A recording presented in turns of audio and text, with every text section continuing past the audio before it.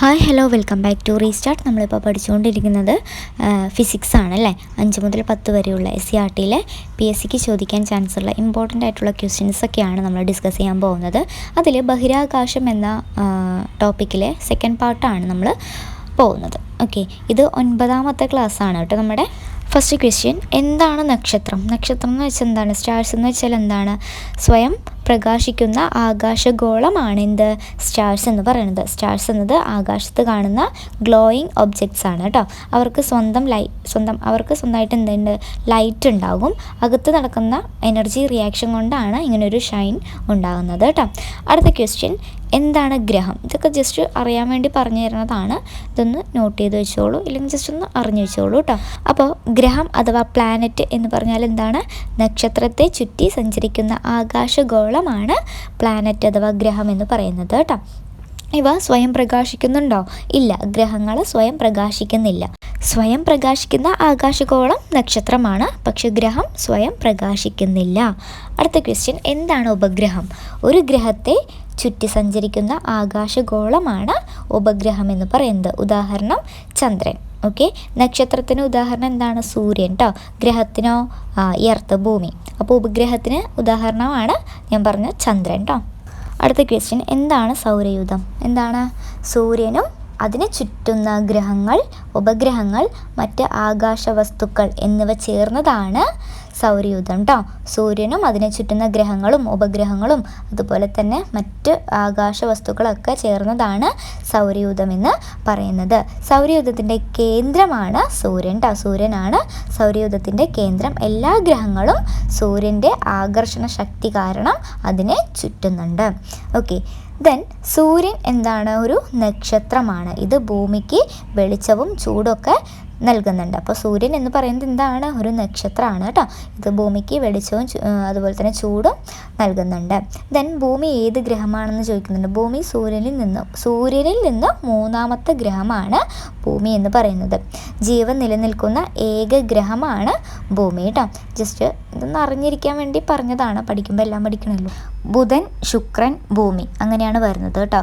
സൂര്യനിൽ നിന്നും 3ാമത്തെ ഗ്രഹം ഏതാണ്? അത് ഭൂമിയാണ്. ഫസ്റ്റിലെ ബുധൻ, സെക്കൻഡ് ശുക്രൻ, തേർഡ് ഭൂമി. ഓക്കെ, ഇനി ഭൂമിയുടെ സ്വാഭാവിക ഉപഗ്രഹം ഏതാണ്? ചന്ദ്രനാണ് കേട്ടോ. ചന്ദ്രന് സ്വന്തമായിട്ട് പ്രകാശമുണ്ടോ? ഇല്ല. ചന്ദ്രന് സൂര്യപ്രകാശം പ്രതിഫലിച്ചിട്ടാണ് പ്രകാശിക്കുന്നത് കേട്ടോ. ചന്ദ്രൻ എങ്ങനെയാണ് പ്രകാശിക്കുന്നത്? സൂര്യപ്രകാശം പ്രതിഫലിപ്പിച്ചാണ് പ്രകാശിക്കുന്നത്. അതുപോലെ ചന്ദ്രനിൽ അന്തരീക്ഷം ഉണ്ടോ എന്ന് ചോദിച്ചാൽ ഉണ്ടോ? ഇല്ല. ചന്ദ്രനിൽ വായുപാളി ഇല്ല, അതുകൊണ്ട് തന്നെ അന്തരീക്ഷം ഇല്ല. ചന്ദ്രൻ്റെ ഉപരിതലത്തിലെ കുഴികളാണ് ക്രേറ്ററുകൾ എന്ന് പറയുന്നത്. ക്രേറ്ററുകൾ എന്ന് പറയുന്നത് ചന്ദ്രൻ്റെ ഉപരിതലത്തിലെ കുഴികളാണ് കേട്ടോ. ഈ ക്രേറ്ററുകൾ എങ്ങനെയാണ് ഉണ്ടാകുന്നത്? ഉൽക്കകൾ ഇടിച്ചതിനെ തുടർന്ന് ഉണ്ടാകുന്ന കുഴികളാണ് ക്രേറ്ററുകൾ കേട്ടോ. ചന്ദ്രൻ്റെ ഉപരിതലത്തിലെ കുഴികൾ എങ്ങനെയാണ്? ഉൽക്കകൾ ഇടിച്ചതിനെ തുടർന്ന് ഉണ്ടാകുന്ന കുഴികളാണ്. അടുത്ത ക്വസ്റ്റ്യൻ, ചന്ദ്രനിൽ ആദ്യമായി കാലുകുത്തിയത് ആരാണ്? നീൽ ആംസ്ട്രോങ് ആണ് കേട്ടോ. മൂണിലെത്തിയ ആദ്യ മനുഷ്യൻ ആരാണ്? നീൽ ആംസ്ട്രോങ് ആണ്. ഈ കാര്യങ്ങളൊക്കെ നമ്മൾ പാർട്ട് 1 പഠിച്ച കാര്യങ്ങളാണ്. എന്നാലും ജസ്റ്റ് ഒന്ന് റിവൈസ് ചെയ്യാൻ വേണ്ടിയിട്ട് പറഞ്ഞു പോകുന്നേ ഉള്ളൂ കേട്ടോ. അടുത്ത ക്വസ്റ്റ്യൻ, ആദ്യ ചന്ദ്രയാത്ര നടന്ന വർഷം എപ്പോഴാണ്? 1969 അവർ ഏത് വാഹനത്തിലാണ് പോയത്? അപ്പോളോ 11 കേട്ടോ. അടുത്ത ക്വസ്റ്റ്യൻ, നക്ഷത്രങ്ങളുടെ കൂട്ടത്തിന് നമ്മളൊരു പേര് പറയുന്നുണ്ട്. ആ പേരെന്താണെന്നാണ് ചോദിക്കുന്നത്. നക്ഷത്ര രാശി എന്നാണ് നക്ഷത്രങ്ങളുടെ കൂട്ടത്തിനെ പറയുന്നത് കേട്ടോ. ആകാശത്ത് ഒരു രൂപം പോലെ കാണുന്ന സ്റ്റാർസ് ഗ്രൂപ്പില്ലേ, അതിനെയാണ് നക്ഷത്രരാശി എന്ന് പറയുന്നത് കേട്ടോ. അടുത്ത ക്വസ്റ്റ്യൻ, സപ്തർഷി എന്താണ്? ഒരു നക്ഷത്ര രാശിയാണ് സപ്തർഷി എന്ന് പറയുന്നത്. 7 പ്രധാന നക്ഷത്രങ്ങളുടെ കൂട്ടമാണ് ഏത്? ഒരു നക്ഷത്ര രാശി അഥവാ സപ്തർഷി എന്ന് പറയുന്നത്. അടുത്ത ക്വസ്റ്റ്യൻ, ഓറിയോണിൻ്റെ മറ്റൊരു പേര് എന്താണ്? വേട്ടക്കാരൻ എന്നാണ് കേട്ടോ. ഓറിയോണിൻ്റെ മറ്റൊരു പേര് വേട്ടക്കാരനാണ്. ഇതൊരു നക്ഷത്ര രാശിയാണ്. ഈ ഒരു രാശി നമ്മുടെ ഈ വേട്ടക്കാരൻ്റെ രൂപം പോലെ കാണപ്പെടുന്നുണ്ട്. അതുകൊണ്ടാണ് ഇതിനെ വേട്ടക്കാരൻ എന്ന് അഥവാ ഓറിയോൺ എന്ന് പറയുന്നത്. അടുത്ത ക്വസ്റ്റ്യൻ, ധ്രുവനക്ഷത്രം ഏത് ദിശ കാണിക്കുന്നു? ഏത് ദിശയാണ് ധ്രുവനക്ഷത്രം കാണിക്കുന്നത്? വടക്കാണ് കേട്ടോ. പോൾ സ്റ്റാർ എപ്പോഴും നോർത്ത് ഡയറക്ഷൻ ആയിരിക്കും കാണിക്കുക. അടുത്ത ക്വസ്റ്റ്യൻ, ഭൂമിയുടെ ഭ്രമണം എന്താണ് ഭൂമിയുടെ ഭ്രമണം? ഭൂമി സ്വയം ചുറ്റുന്ന ചലനമാണ് ഭൂമിയുടെ ഭ്രമണം എന്ന് പറയുന്നത്. ഭ്രമണത്തിൻ്റെ ഫലം എന്താണ്? എന്താണ് ഭ്രമണം കൊണ്ട് ഉണ്ടാവുന്നത്? രാവും പകലും, പകലും രാത്രിയും ഭ്രമണം മൂലമാണ് ഉണ്ടാവുന്നത്. ഭൂമിയുടെ റൊട്ടേഷൻ കാരണം വെളിച്ചം ലഭിക്കുന്ന ഭാഗവും ഇരുണ്ട ഭാഗവും മാറിക്കൊണ്ടിരിക്കുന്നു കേട്ടോ. അടുത്ത ക്വസ്റ്റ്യൻ, ഭൂമിയുടെ പരിക്രമണം എന്താണ്? ഭൂമി സൂര്യനെ ചുറ്റുന്ന ചലനമാണ് ഭൂമിയുടെ പരിക്രമണം. ഓക്കെ, അടുത്തത് പരിക്രമണത്തിൻ്റെ ഫലം എന്താണ്? ഋതുക്കളാണ് കേട്ടോ. ഋതുക്കൾ ഉണ്ടാവില്ലേ, അത് എന്തുകൊണ്ടാണ്? പരിക്രമണം മൂലമാണ് ഋതുക്കൾ ഉണ്ടാകുന്നത്. അടുത്ത ക്വസ്റ്റ്യൻ, ഭൂമി സ്വയം ചുറ്റാനെടുക്കുന്ന സമയം എത്രയാണ്? 24 മണിക്കൂർ അല്ലേ, ഒരു ദിവസമാണ് ഭൂമി സ്വയം ചുറ്റാനെടുക്കുന്ന ദിവസം. ഓക്കെ, ഭൂമി സൂര്യനെ ചുറ്റാനെടുക്കുന്ന സമയമോ? അത് 365 ദിവസമാണ് കേട്ടോ. 365 ദിവസവും കാൽഭാഗവും, അങ്ങനെയാണ് ഭൂമി സൂര്യനെ ചുറ്റാനായിട്ട് എടുക്കുന്ന സമയം. ഓക്കെ, അടുത്ത ക്വസ്റ്റ്യൻ, ഭൂമിയുടെ അച്ചുതണ്ടിൻ്റെ ചരിവ് 23.5 ഡിഗ്രിയാണ് കേട്ടോ. 23.5 ഡിഗ്രിയാണ് ഭൂമിയുടെ അച്ചുതണ്ടിൻ്റെ ചരിവ്. ഈ ചരിവ് കാരണം ഋതുക്കൾ മാറുന്നുണ്ട് കേട്ടോ. അടുത്ത ക്വസ്റ്റ്യൻ, എന്താണ് അമാവാസി? അമാവാസി എന്ന് പറഞ്ഞാൽ ചന്ദ്രനെ കാണാൻ കഴിയാത്ത ഘട്ടമാണ് അമാവാസി എന്ന് പറയുന്നത് കേട്ടോ. ചന്ദ്രൻ സൂര്യനും ഭൂമിക്കും ഇടയിൽ വരുന്ന ഒരു ദിവസമാണ് അമാവാസി എന്ന് പറയുന്നത്. ചന്ദ്രൻ എവിടെയായിരിക്കും? സൂര്യനും ഭൂമിക്കും ഇടയിലായിരിക്കും. അങ്ങനെയെങ്കിൽ എന്താണ് പൗർണമി? ചന്ദ്രനെ പൂർണ്ണമായി കാണുന്ന ഘട്ടമാണ് പൗർണമി എന്ന് പറയുന്നത് കേട്ടോ. ചന്ദ്രൻ്റെ മുഴുവൻ പ്രകാശമുള്ള ഭാഗവും നമുക്ക് ഭൂമിയിൽ നിന്ന് കാണാനായിട്ട് ഈ ദിവസങ്ങളിൽ പറ്റും. അടുത്തത്, ഗ്രഹണം എത്ര തരമുണ്ട്? എത്ര തരം ഗ്രഹണമാണുള്ളത്? 2 തരം ഗ്രഹണങ്ങളാണുള്ളത് കേട്ടോ. ഒന്ന് സൂര്യഗ്രഹണവും ചന്ദ്രഗ്രഹണവും. ഇനി എന്താണ് സൂര്യഗ്രഹണം? സൂര്യഗ്രഹണം എന്ന് വെച്ചാൽ ചന്ദ്രൻ സൂര്യനും ഭൂമിക്കും ഇടയിൽ വരുന്നതാണ് സൂര്യഗ്രഹണം കേട്ടോ. മാറിപ്പോവരുത്, ചന്ദ്രനാണ് സൂര്യനും ഭൂമിക്കും ഇടയിൽ വരുന്നത്, അത് സൂര്യഗ്രഹണമാണ്. ചന്ദ്രൻ സൂര്യൻ്റെ പ്രകാശം തടയുന്നതാണ് സൂര്യഗ്രഹണം കേട്ടോ. അടുത്തത് ചന്ദ്രഗ്രഹണം എന്താണ്? ഭൂമി സൂര്യനും ചന്ദ്രനും ഇടയിൽ വരുന്നതാണ് ചന്ദ്രഗ്രഹണം. ഭൂമിയാണ് സൂര്യനും ചന്ദ്രനും ഇടയിൽ വരുന്നത്. ഭൂമിയുടെ നിഴൽ ചന്ദ്രനിൽ വീഴുന്നു. ഓക്കെ, അടുത്തത് എന്താണ് പ്രകാശവർഷം? ലൈറ്റ് ഇയർ എന്ന് വെച്ചാൽ ദൂരത്തിൻ്റെ അളവാണ് കേട്ടോ. അതായത് പ്രകാശം ഒരു വർഷത്തിൽ സഞ്ചരിക്കുന്ന ദൂരമാണ് ലൈറ്റ് ഇയർ. പ്രകാശം ഒരു വർഷത്തിൽ സഞ്ചരിക്കുന്ന ദൂരമാണ് പ്രകാശവർഷം അഥവാ ലൈറ്റ് ഇയർ കേട്ടോ. അടുത്ത ക്വസ്റ്റ്യൻ, ഭൂമിക്ക് ഏറ്റവും അടുത്ത് സ്ഥിതി ചെയ്യുന്ന നക്ഷത്രം ഏതാണ്? അത് സൂര്യനാണ് കേട്ടോ. Sun is the nearest star to earth. Okay, ഏറ്റവും അടുത്ത നക്ഷത്രം ഏതാണ്? അത് സൂര്യനാണ്. സൂര്യപ്രകാശം ഭൂമിയിലെത്താൻ എത്ര സമയമെടുക്കും? ഇത് ചോദിച്ചിട്ടുള്ളതാണ് കേട്ടോ, ഇമ്പോർട്ടൻ്റ് ആണ്, നോട്ട് ചെയ്ത് വെച്ചോളൂ. ഏകദേശം 8 മിനിറ്റ് 20 സെക്കൻഡാണ് സൂര്യപ്രകാശം ഭൂമിയിലെത്താൻ എടുക്കുന്ന സമയം കേട്ടോ. അടുത്ത ക്വസ്റ്റ്യൻ, എന്താണ് ഗാലക്സി? നക്ഷത്രങ്ങളുടെ വലിയ കൂട്ടമാണ് ഗാലക്സി എന്ന് പറയുന്നത്. ഓക്കെ, ഒരു ഗാലക്സിയിൽ കോടിക്കണക്കിന് സ്റ്റാർസും പ്ലാനറ്റ്സും ഗ്യാസൊക്കെ ഉണ്ടാവും കേട്ടോ. ഇനി നമ്മുടെ ഗാലക്സിയുടെ പേരെന്താണ്? നെയിം ഓഫ് അവർ ഗാലക്സി ഏതാണ്? മിൽക്കി വേ. കേട്ടിട്ടുണ്ടോ? ക്ഷീരപഥം എന്നാണ് നമ്മുടെ ഗാലക്സിയുടെ പേര്. നമ്മുടെ സോളാർ സിസ്റ്റം സ്ഥിതി ചെയ്യുന്നത് മിൽക്കി വേ ഗാലക്സിയിലാണ് കേട്ടോ, നോട്ട് ചെയ്ത് വെച്ചോളൂ. അടുത്ത ക്വസ്റ്റ്യൻ, ഗ്രഹങ്ങൾക്ക് സ്വന്തം പ്രകാശമുണ്ടോ? ഗ്രഹങ്ങൾക്ക് സ്വന്തമായിട്ട് പ്രകാശമുണ്ടോ? ഇല്ല അല്ലേ. പ്ലാനറ്റ്സ് സൂര്യൻ്റെ ലൈറ്റ് റിഫ്ലക്റ്റ് ചെയ്യുന്നതാണ് അല്ലേ, സ്വന്തമായിട്ട് പ്രകാശിക്കുന്നതല്ല. പക്ഷേ നക്ഷത്രങ്ങൾക്ക് സ്വന്തമായിട്ട് പ്രകാശം ഉണ്ട്.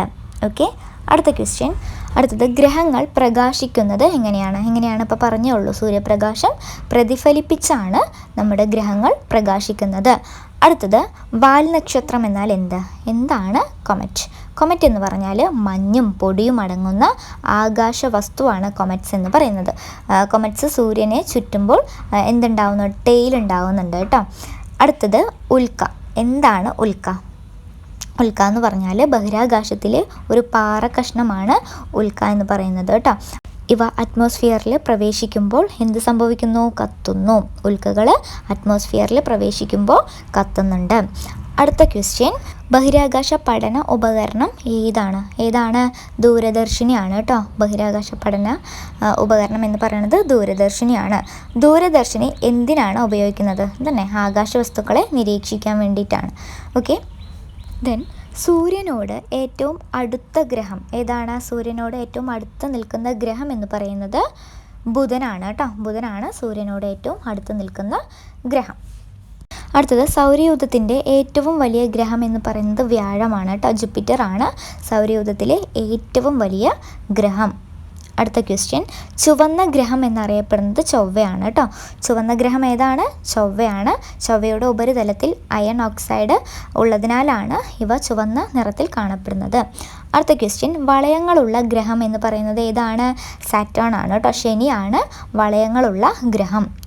സാറ്റേണിൻ്റെ ചുറ്റും മനോഹരമായിട്ടുള്ള റിങ്സ് ആണ് ഉള്ളത്. അടുത്തത്, ജീവനുള്ളതായി അറിയപ്പെടുന്ന ഗ്രഹം ഏതാണ്? നമ്മുടെ എർത്താണ് അല്ലേ. ജീവനുള്ളതായി അറിയപ്പെടുന്ന ഗ്രഹം എന്ന് പറയുന്നത് എർത്താണ്. അവിടെ വാട്ടർ, എയർ, സ്യൂട്ടബിൾ ക്ലൈമറ്റ് എന്നിവ ഉള്ളതിനാൽ ജീവൻ നിലനിൽക്കുന്നു. അടുത്ത ക്വസ്റ്റ്യൻ, ഭൂമിയുടെ ആകൃതി എങ്ങനെയാണ്? ജിയോയിഡ് ആണ് കേട്ടോ. അതായത് ചപ്പിയ ഗോളാകൃതി എന്നൊക്കെ പറയത്തില്ലേ, അതാണ് ഭൂമിയുടെ ആകൃതി എന്ന് പറയുന്നത്. ഭൂമിയുടെ ഷേപ്പ് എങ്ങനെയാണ്? ജിയോയിഡ് ആണ്. അടുത്ത ക്വസ്റ്റ്യൻ, സൂര്യനിൽ നിന്ന് ലഭിക്കുന്ന പ്രധാന ഊർജം ഏതാണ്? പ്രകാശവും ചൂടുമാണ് സൂര്യനിൽ നിന്ന് ലഭിക്കുന്ന പ്രധാന ഊർജമെന്ന് പറയുന്നത്. അടുത്ത ക്വസ്റ്റ്യൻ, സൂര്യഗ്രഹണം എപ്പോഴാണ് സംഭവിക്കുന്നത്? അമാവാസി ദിവസമാണ് സൂര്യഗ്രഹണം സംഭവിക്കുന്നത്. നമ്മൾ നേരത്തെ പഠിച്ചു അല്ലേ. സൂര്യഗ്രഹണം എപ്പോഴാണ്? അമാവാസി സമയത്താണ് കേട്ടോ. ഇവിടെ സൂര്യനും ഭൂമിക്കും ഇടയിൽ ആരാണ് വരുന്നത്? ചന്ദ്രനാണ് വരുന്നത്. അതാണ് സൂര്യഗ്രഹണം എന്ന് പറയുന്നത്. അടുത്തത്, ചന്ദ്രഗ്രഹണം എപ്പോഴാണ് സംഭവിക്കുന്നത്? പൗർണമിയിലാണ് ചന്ദ്രഗ്രഹണം സംഭവിക്കുന്നത്. സൂര്യനും ചന്ദ്രനും ഇടയിൽ ആര് വരുന്നു? ഭൂമി വരുന്നു. ഇതാണ് ചന്ദ്രഗ്രഹണം.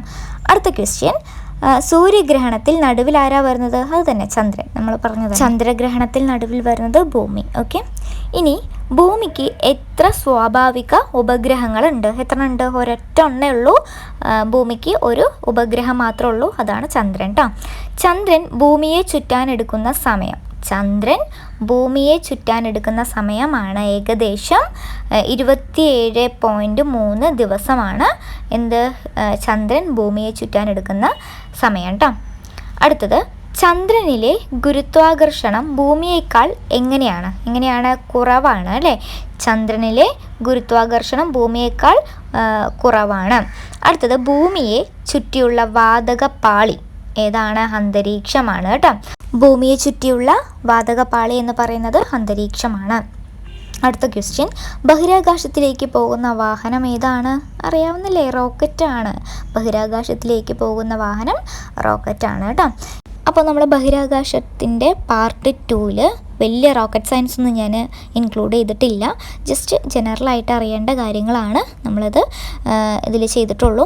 അപ്പോൾ വീഡിയോ ഇഷ്ടമായാൽ ലൈക്ക് ചെയ്യുക, സബ്സ്ക്രൈബ് ചെയ്യുക, അടുത്തുള്ള ബെല്ലൈക്കൺ ഒന്ന് എനാബിൾ ചെയ്ത് വയ്ക്കുക, നിങ്ങളുടെ ഫ്രണ്ട്സിനൊക്കെ ഒന്ന് ഷെയർ ചെയ്യുക കേട്ടോ. ഇതിൻ്റെ പാർട്ട് 3 നമുക്ക് അടുത്ത ക്ലാസ്സിൽ കാണാം.